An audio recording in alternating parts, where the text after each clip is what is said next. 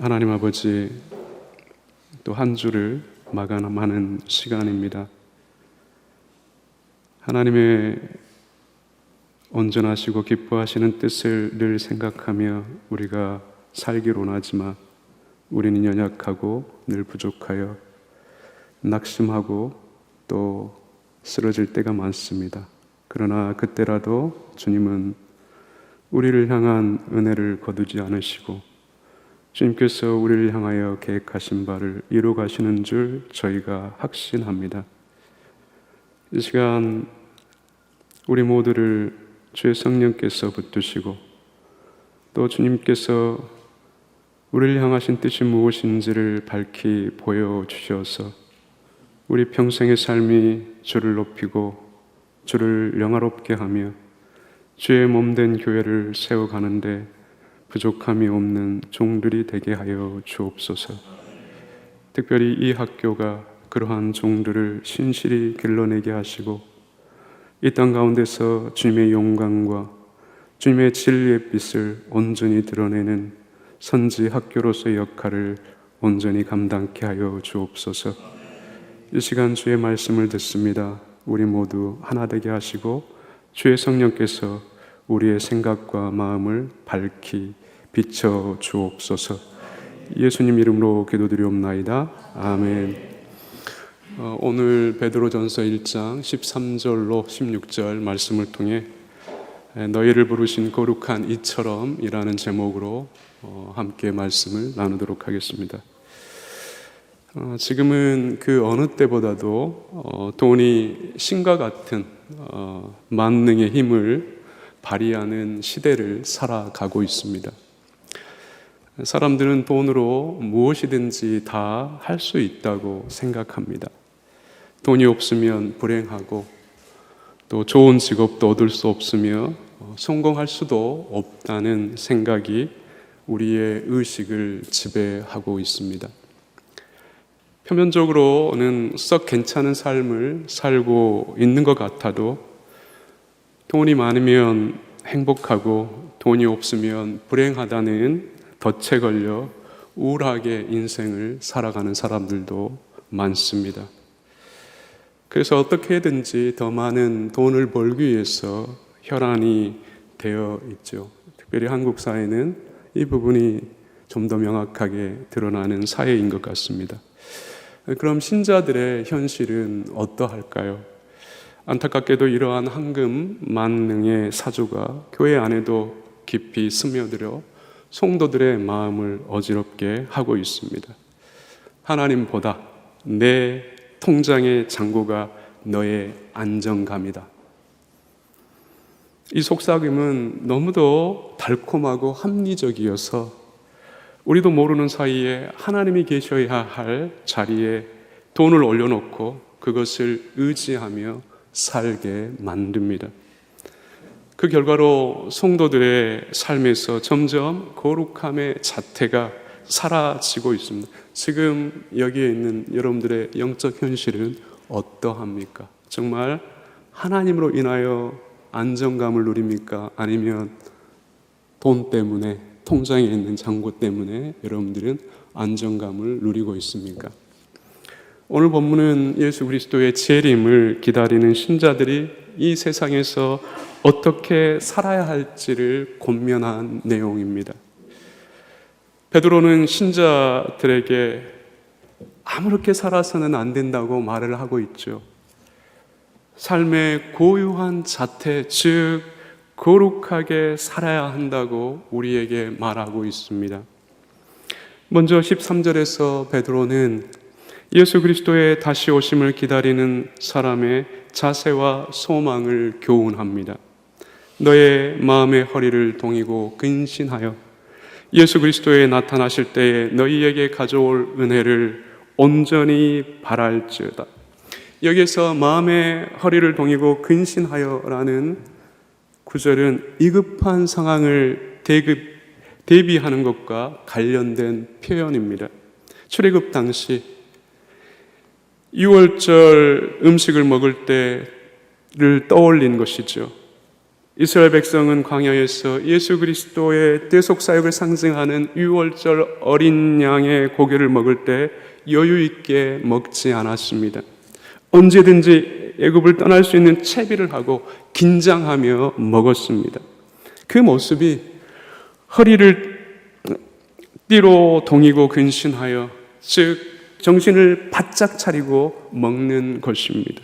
이에 비교하여 베드로는 이 종말의 때를 살아가는 신자들에게 육신의 허리가 아닌 마음의 허리를 동이고 근신하여라고 말한 것입니다. 주님의 오심에 언제나 대비하는 자세로 정신을 바짝 차리고 살아야 함을 강조한 것이죠. 물론 베드로는 이러한 종말론적 삶의 급박함만 말하지 않았습니다. 곧이어 주님이 오실 때 베풀어질 구원의 은혜도 함께 기대하라고 말하고 있습니다. 예수 그리스도께서 나타나실 때에 너희에게 가져올 은혜를 온전히 바랄지어다.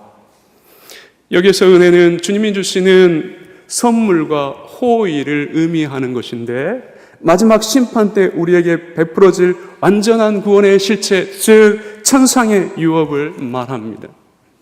특별히 베드로후서 3장 10절로 13절은 그 은혜가 어떻게 드러날지를 분명하게 보여주고 있습니다. 베드로후서 3장 10절로 13절을 우리 같이 한번 읽도록 하겠습니다.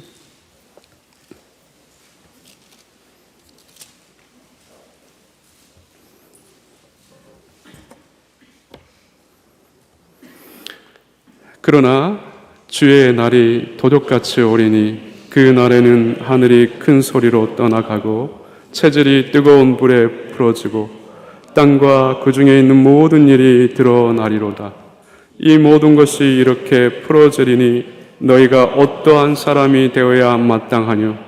거룩한 행실과 경건함으로 하나님의 날이 임하기를 바라보고 간절히 사모하라. 그 날에 하늘이 불로 타서 풀어지고 체질이 뜨거운 불에 녹아지려니와 우리는 그의 약속대로 의에 거하는 바 새 하늘과 새 땅을 바라보도다. 주님이 다시 오실 때 일어난 일을 기록한 것이죠. 단순한 상상이 아닙니다. 지금 고난의 때를 살아가는 모든 신자에게 새 하늘과 새 땅, 즉 천상의 유업이 주어질 것이라는 것을 명확하게 알려주고 있습니다. 다음으로 14절에서 베드로는 종말의 때를 사는 신자들에게 버려야 할 죄, 즉 사욕을 본받지 말 것을 말하고 있습니다.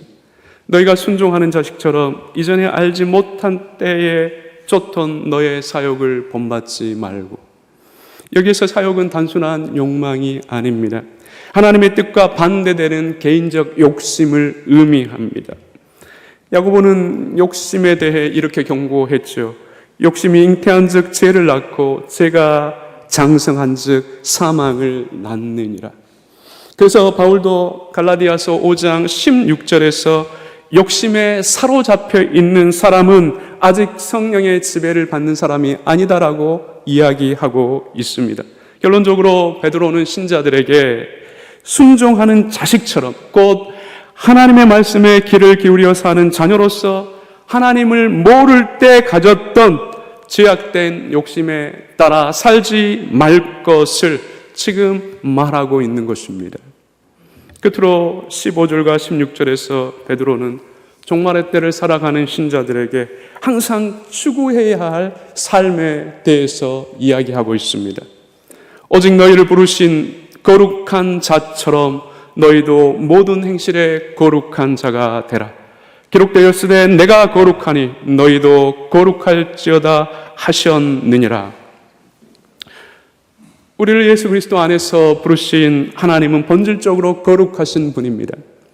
거룩은 하나님의 성품이기 때문입니다. 하나님은 어떤 악도 행치 아니하시고 전적으로 완전하시며 모든 것에서 흠이 없는 분이십니다. 베드로는 신자들을 향해 이렇게 거룩한 성품을 가진 하나님처럼 모든 생활의 방식에서 거룩한 존재로서 살아가라고 말하고 있습니다. 그리고 베드로는 신자들이 이렇게 살아가야 하는 근거로 출애굽 때 하나님이 말씀하신 레위기 11장 45절을 인용하고 있습니다. 기록하였으되 내가 거룩하니 너희도 거룩하라 할지어다 하셨느니라. 하나님이 이스라엘 백성을 애굽에서 탈출시킨 목적은 무엇일까요? 단순히 고난받는 노예 생활에서 해방시키기 위한 목적이었을까요? 결코 아닙니다. 하나님은 바른 신앙을 보존하고 애굽의 제약으로부터 이스라엘 백성을 구별시키기 위해서 출애굽시키신 것입니다. 이렇게 볼 때 베드로가 레위기 11장 45절을 인용한 이유는 분명합니다. 즉 거룩하신 하나님 앞에서 과거 이스라엘 백성이 애굽의 종교와 제약으로부터 구별되게 살기 위해 애굽을 탈출한 것처럼 지금 신자들은 로마 제국의 종교와 제약으로부터 구별되어 거룩하게 살아야 함을 강조한 것입니다. 우리는 베드로전서 1장 13절로 16절을 핵심적으로 살폈습니다. 이 본문의 이해 속에서 오늘 설교는 한 가지 신앙적 질문에 집중하려고 합니다. 거룩입니다. 우리의 현실 속에서 어떻게 사는 것이 거룩한 것인지를 두 장면으로 제가 살펴보려고 합니다. 사랑하는 여러분, 오늘 본문의 이해와 관련하여 거룩은 이렇게 정리될 수 있습니다. 오늘 본문의 주석적 이해에 근거하여 이렇게 요약할 수 있다는 것입니다. 거룩은 주님이 오실 때까지 제약된 욕망에 따라 살지 않고 우리를 부르신 거룩하신 하나님의 뜻에 따라 사는 것이다. 그럼 하나님의 자녀인 우리가 이러한 거룩으로 사는 모습은 어떠할까요? 오늘 설교의 핵심입니다. 지금부터 거룩에 대한 첫 번째 장면을 그려보도록 하겠습니다. 제가 말하는 풍경을 그림을 보는 것처럼 머릿속에 떠올려 보시기 바랍니다. 사랑하는 여러분, 신장로 아시나요? 신장로. 우리 이제 젊은 세대는 모르는데 우리 세대는 신장로를 잘 알죠. 아직 시멘트나 아스팔트가 포장도로가 없었던 가난한 시대에 자동차가 다닐 정도로 널찍하게 뚫어놓은 길을 신장로라고 합니다. 하지만 신장로는 비가 오면 심각한 문제가 생깁니다.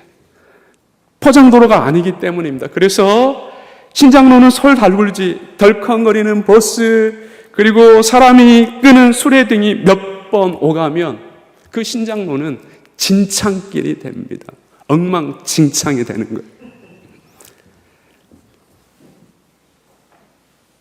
자, 이제 머릿속으로 그려보시기 바랍니다. 단정한 머리와 여러분들의 애인을 떠올리셔도 되고 집에 있는 아내를 떠올리셔도 됩니다. 단정한 머리와 분홍빛 나는 비단 옷을 곱게 차려입은 여인이 한바탕 소나기로 진창길이 된 신장로를 조심조심 걸어가고 있습니다. 고운 옷에 흙탕물이 튀지 않기 위해 가능하면 질지 않는 곳을 찾아 걷습니다. 한복을 더럽히지 않기 위해 소달구지, 버스, 수레를 피하고 사람들이 드문 곳을 찾아 조심스럽게 걸어갑니다. 오롯이 자신의 고운 자태를 유지하기 위해 애쓰며 걷는 것입니다. 사랑하는 여러분, 성경이 말하는 거룩은 진창길이 된 신장로를 걷는 이 여인과 같은 풍경일까요? 이러한 풍경이 세상과 구별되어 제약된 욕심이 아닌 하나님의 뜻에 따라 사는 모습일까요? 한번 생각해 보시기 바랍니다. 우리가 진창길을 걸을 때 아무리 조심해서 걷는다고 해도 흙탕물이 묻을까요? 묻지 않을까요? 반드시 묻게 되어 있습니다.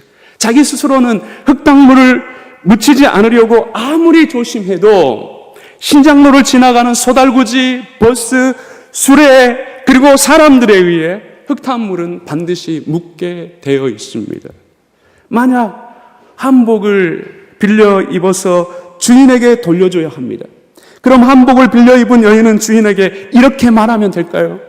저는 흙탕물 한 방울도 묻히지 않기 위해 정말 조심스럽게 걸었습니다.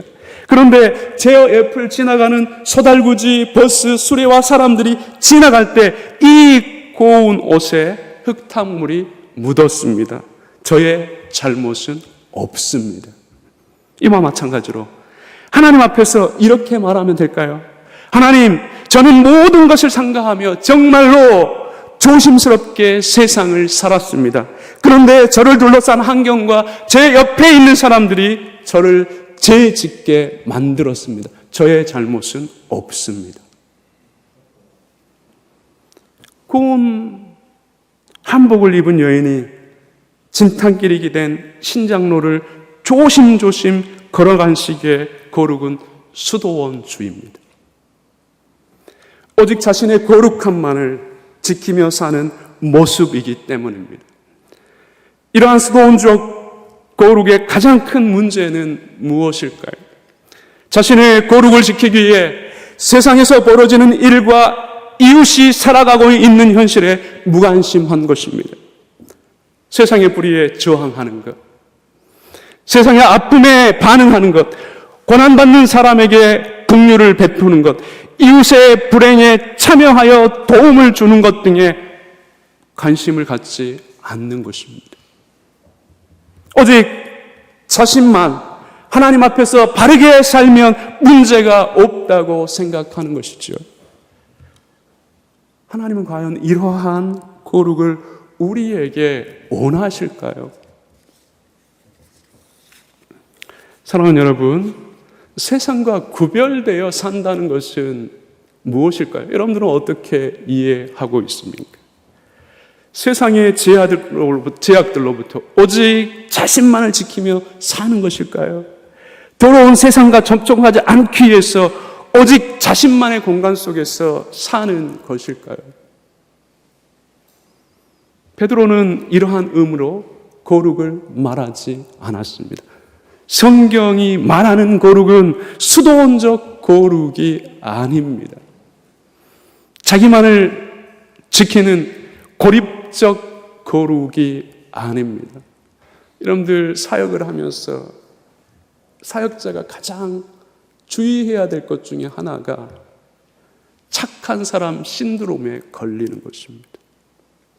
이 사람에게도 착한 척하고 저 사람에게도 착한 척하고 정말 말을 해야 될 때 말하지 않고 행동해야 될 때 행동하지 않는 것, 그냥 모든 사람에게 착한 사람으로만 인정받는 이 함정을 주의해야 합니다.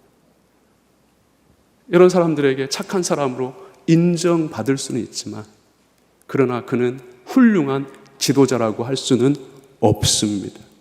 옳은 것을 옳다고 말해야 하고 틀린 것을 틀리다고 말할 수 있어야 합니다. 모두가 침묵하고 행동하지 않는 현실 속에서 하나님이 그것을 요구하면 그것을 실천할 수 있는 자가 되어야 합니다. 여러분들은 어떻게 생각하십니까? 베드로가 말하는 거룩을 정확하게 이해하기 위해서 누가복음 10장 25절로 37절에 기록된 주님의 말씀을 함께 읽겠습니다. 길지만 여러분들이 잘 아는 본문입니다. 함께 천천히 읽어보도록 하겠습니다. 제가 한 절 읽고 여러분들이 한 절 읽겠습니다. 누가복음 10장 25절로 37절 사마리아인의 비유입니다. 제가 읽겠습니다. 어떤 율법사가 일어나 예수를 시험하여 가로되 선생님, 내가 무엇을 하여야 영생을 얻으리이까?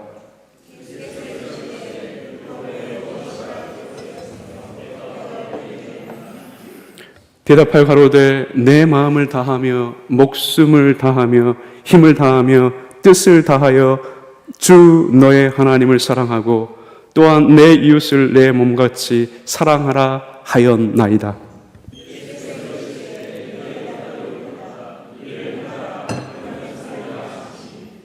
이 사람이 자기를 옳게 보이려고 예수께 여짜오되 그러면 내 이웃이 누구니이까?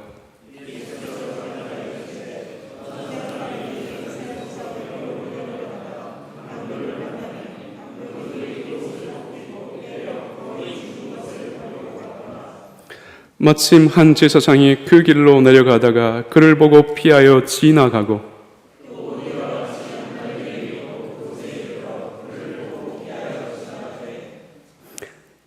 어떤 사마리아인은 여행하는 중 거기에 이르러 그를 보고 불쌍히 여겨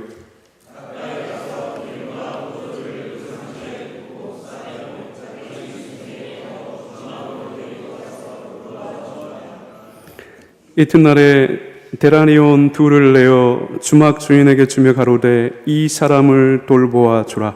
부비가 더 들며 내가 돌아와 올 때에 갚으리라 하였으니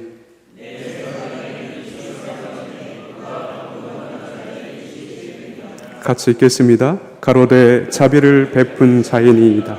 예수께서 이르시되 가서 너도 이같이 하라 하시니라. 사랑하는 여러분, 어떤 생각이 드시나요? 사마리아인은 역사적 배경 때문에 유대인들이 상종하지 않는 사람입니다. 구약시대 아수리 제국의 혼혈 정책 속에서 사마리아인의 피에는 이방인의 피가 섞이게 되었습니다. 이 때문에 사마리아인은 순수 혈통의 유대인들로부터 늘 배척을 당했습니다. 주님이 활동했던 때도 마찬가지였습니다. 이러한 사마리아인이 길에서 강도 만난 사람을 정성스럽게 도운 것입니다. 하지만 제사장과 레위인은 율법이 말하는 정결의식 때문에 강도 만난 사람을 돕지 않았습니다.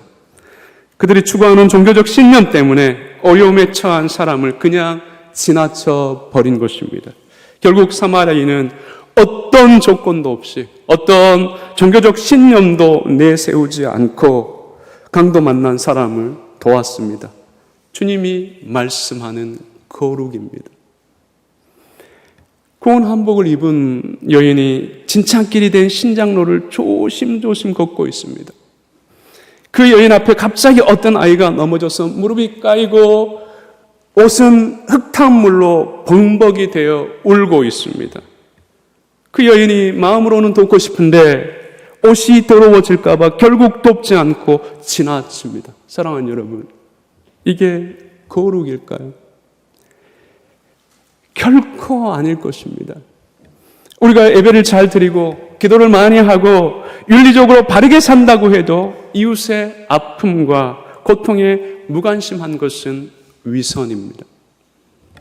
때로 우리가 급하게 이웃을 돕느라 예배에 참석하지 못하고 수업에 참석하지 못할 수 있습니다. 그러나 이것들은 전혀 문제되지 않습니다.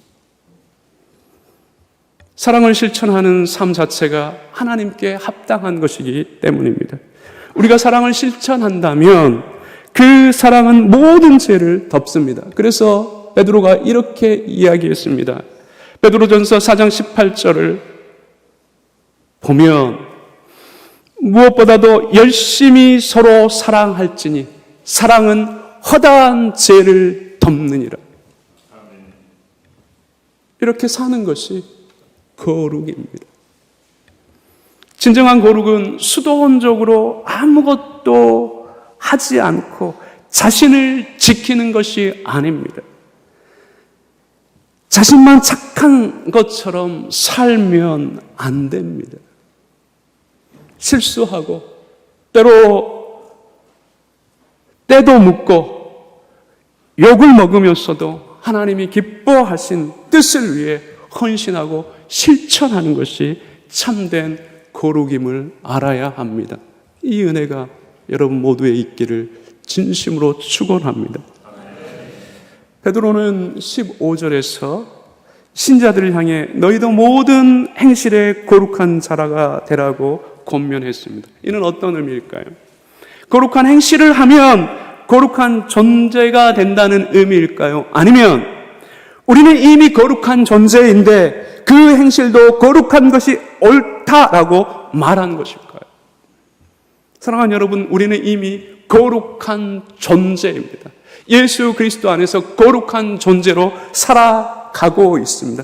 우리는 그리스도 안에서 이미 신분적으로 거룩한 자입니다. 거룩한 존재가 되기 위해 거룩하게 사는 것이 아닙니다.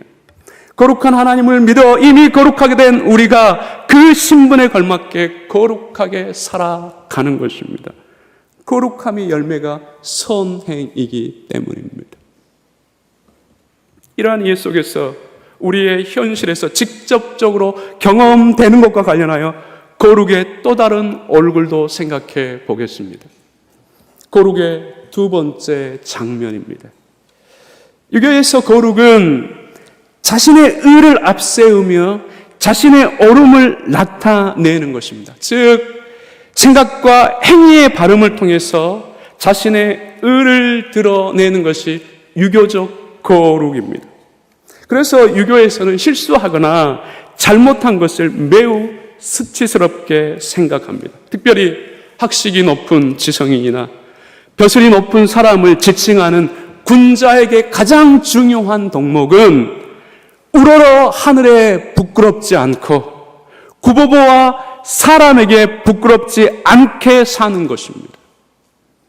이 때문에 유교 사상에 충실한 사람은 실수를 하거나 잘못을 하면 안 됩니다. 항상 반듯한 삶을 살아야 합니다. 만약 어떤 잘못을 하여 수치를 당할 것 같으면 자신을 숨기거나 자신의 목숨을 끊는 것으로 수치를 피합니다. 이렇게 유교적 거룩은 완벽하게 사는 삶을 말합니다. 이러한 삶을 추구하게 만듭니다. 사랑하는 여러분, 그럼 성경이 말하는 거룩도 유교에서 말하는 거룩과 같을까요? 유교가 말하는 것처럼 사람이 완벽하게 살아야 군자 곧 거룩한 사람일까요? 그럼 성경도 완벽하게 사는 것을 거룩이라고 할까요? 아닙니다. 함께 교회를 이루며 살아갈 때 우리는 사람에게 혹은 교회에 어떤 실수나 잘못을 할 수 있습니다. 여러분들 잘못하나요? 하지 않나요? 잘못을 하며 살아갑니다. 왜? 우리는 연약한 존재이기 때문이지. 우리가 구원을 받았다고 해도, 신앙의 연조가 깊다고 해도 모든 신자는 실수나 잘못을 합니다. 신학 교수도 실수를 하면 여러분들은 어떨 것 같아요? 당연히 실수를 하겠죠. 우리에게 아직 남아있는 죄성 때문입니다. 만약 유교적 사고를 가졌다고 하면, 우리가 유교적 사고를 가졌다고 하면 우리는 완벽하게 사는 것으로 우리의 거룩을 증명해야 합니다. 위선을 행해서라도 거룩한 것처럼 보여하고, 그렇지 못하면 군자의 도리를 다하지 못해 자신을 숨기거나 교회를 떠날 것입니다. 성경은 이런 거룩을 요구할까요? 결코 그렇지 않습니다. 성경이 말하는 거룩이 아닙니다. 성경은 우리의 의를 드러내는 것을 철저히 경계합니다. 우리의 연약함을 정직하게 인정하며 오직 예수 그리스도의 의만 전면에 내세우게 합니다. 우리가 하나님의 긍휼 때문에 구원을 받았으며 예수 그리스도 안에서 어떤 잘못도 용서받을 수 있음을 확신케 합니다. 왜요? 이를 위해서 예수 그리스도께서 영광을 버리시고 이 땅에 오셨고 모든 수치를 감당하고 십자가에서 죽으셨기 때문입니다. 우리가 진심으로 회개하며 잘못을 돌이키게 이끕니다. 예수 그리스도가 우리의 구원을 위해 온갖 고난과 수치를 당하면서도 참아내신 것처럼 우리에게도 우리의 잘못으로 겪는 모든 수치를 견뎌내게 합니다. 만약 권징이 주어진다고 하면 그 권징을 온전히 받는 것으로 하나님의 용서를 확신할 수 있어야 합니다. 다시 반복하여 같은 죄를 짓지 않기 위해 삶을 성찰하며 더욱 하나님을 가까이 하는 삶을 살게 합니다. 하나님 앞에서 다시 신실하게 사는 것으로 변화되어 가고 있음을 증명하며 살게 하는 것입니다. 어떤 어려움을 겪든 신앙에 합당한 자세로 애쓰며 살아가게 하는 것입니다. 우리는 완벽한 존재로 이 자리에 있지 않습니다. 완벽한 목회자를 원한다고 하면 세상에서 어느 누구도 우리는 목회자가 될 수 없습니다.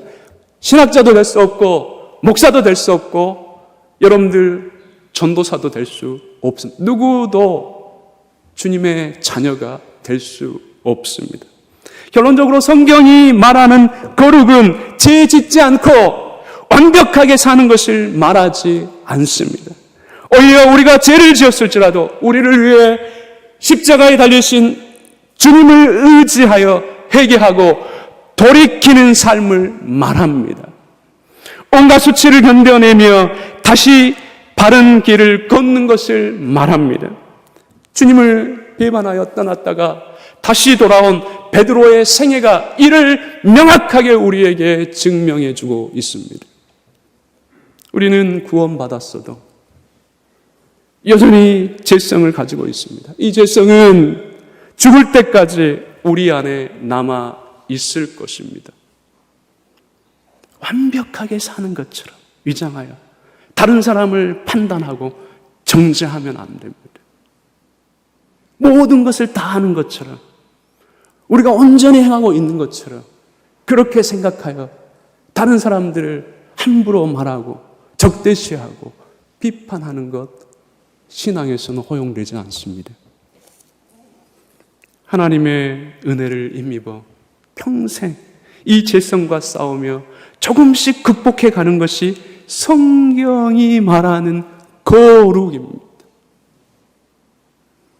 어떤 실수나 잘못으로 수치를 당할 때 피하거나 숨는 것은 가장 쉽게 할 수 있습니다. 그럼 가장 어려운 것은 무엇일까요?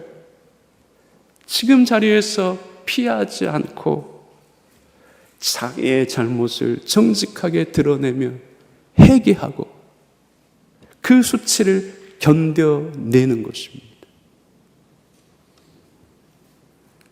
바르게 사는 것만이 거룩이 아닙니다. 우리가 잘못했을 때 돌이켜 하나님이 뜻하시는 신앙의 자세를 다시 회복하는 것도 거룩입니다. 자존심을 내려놓고 수치를 견디며 합당한 태도를 끝까지 유지하는 것도 거룩임을 잊지 않아야 합니다. 온갖 수치 속에서도 견뎌내고 때로 실패 가운데서도 다시 일어서서 하나님의 뜻을 수종드는 삶이 거룩의 또 다른 얼굴입니다. 이 은혜가 있기를, 이 은혜를 누리시기를 주의 이름으로 축원합니다. 이제 정리하겠습니다. 돈이 인간의 품위를 결정하는 현실 속에서 어떻게 사는 것이 가장 의미 있고 가치 있는 삶인지 너무도 혼란스러운 시대입니다. 어떻게 사는 것이 가장 바른 삶인지 묻는 것은 옛 유물이 되어 가고 있습니다. 여러분들의 대화 속에서 정말 나는 이러한 목회자가 되어야 되겠다. 나는 이러한 삶을 살아야 되겠다. 그런 대화를 하십니까? 때로 가난하고 어려워도 정직하고 성실하게 남을 속이지 않으면서도 하나님의 뜻하시는 길을 내가 가야 되겠다. 그런 대화, 그런 기도를 하고 있는지. 더욱 안타까운 것은 신자들의 현실도 이와 크게 다르지 않다는 것입니다. 당연히 우리 신학생들의 현실도 이와 크게 다르지 않을 것입니다. 이 때문에 교회 안에서 이웃을 위해 끝없이 희생해야 하는 사랑, 잘못한 사람을 진심으로 용서하는 마음이 점점 우리에게서 멀어져 가고 있습니다. 찾아보기가 힘듭니다. 하나님의 나라를 위해 끊임없이 헌신해야 하는 교회 봉사, 아무런 조건 없이 서로를 신뢰하고 격려하는 성도의 교제도 점점 사라지고 있습니다. 뭐든지 조건을 따집니다. 이렇게 하면 도와주고, 이렇게 하면 우리 사람이고, 이렇게 해야 우리가 도움을 줄 수 있다고 말합니다. 그 대신에 그뿐만 아닙니다. 대의를 위해 목숨을 바치는 희생, 옳은 것을 위해서 소리를 높이는 용기, 선한 일을 위해 자신의 이익을 포기하는 절제도 점점 찾아보기가 힘듭니다.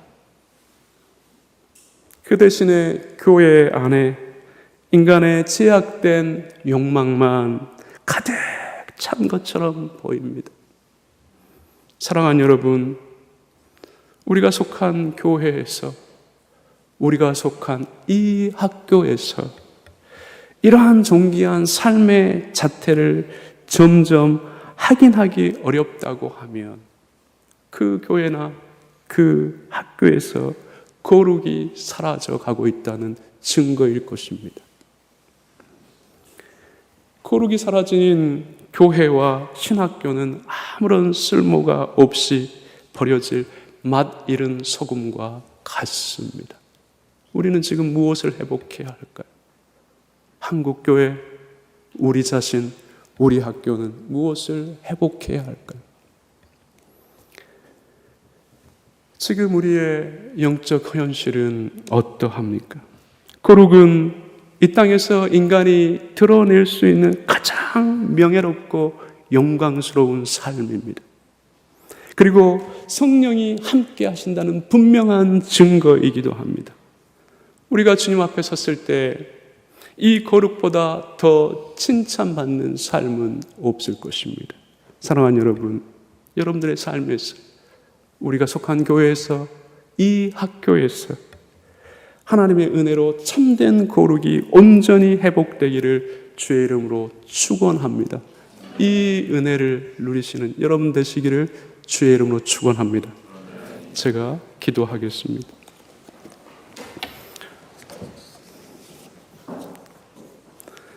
아버지 하나님, 우리는 환경, 그리고 나의 조건, 그리고 우리를 둘러싼 여러 상황들을 탓하며 늘 변명하며 우리가 마땅히 감당해야 될 일에 대해서 회피하고 또 예면하고, 그리고 그로부터 도망가는 경우들이 많습니다. 하나님이 우리에게 요구하시는 것은 완벽한 삶도 아니고 또 우리에게 모든 것을 잘하라고 말하는 것도 아닙니다. 오직 우리가 하나님의 은혜로 그리스도를 의지하여 주님을 붙들고 신실하게 사는 것을 요구하십니다. 때로 부족하고 때로 연약하고 때로 어떻게 해야 될지 몰라 전전긍긍하면서도 주를 바라보며 주의 은혜를 사모하며 주님의 뜻을 이루는 일에 수종들라고 말합니다. 천천히, 그리고 때로 낙심하였으로도 다시 일어서서 그 길을 다시 가라고 말합니다. 주님이 우리에게 요구하는 거룩의 모습입니다. 주님, 우리가 지금 무엇을 하든 어디에 있든 삶의 조건, 우리의 처한 환경과 상관없이 우리의 모든 삶의 영역에서 주님의 거룩을 온전히 드러내고자 애쓰는 삶을 살게 하여 주옵소서.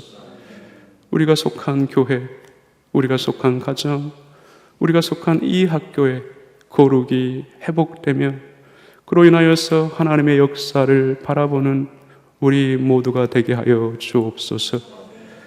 이 시대에는 너무도 참담하고 정말 이 시대만 보면 우리가 교회에 있고 또 이 자리에 있는 것이 조급해지고 정말 여기에 있는 것이 맞는지 너무도 불안합니다. 그러나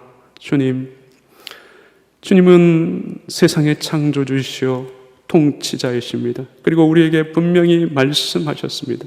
예수 그리스도를 보내시고 그를 믿는 자는 온전한 구원을 얻으리라고 말씀하셨는데, 이 확신을 가지고 주님께서 우리를 부르신 그 자리에서 주님의 거룩을 실천하며 주님께 칭찬받는 그러한 종들 되게 하여 주옵소서. 우리 모두가 이 은혜 안에 거하게 하여 주옵소서. 예수 그리스도 이름으로 기도드리옵나이다. 아멘.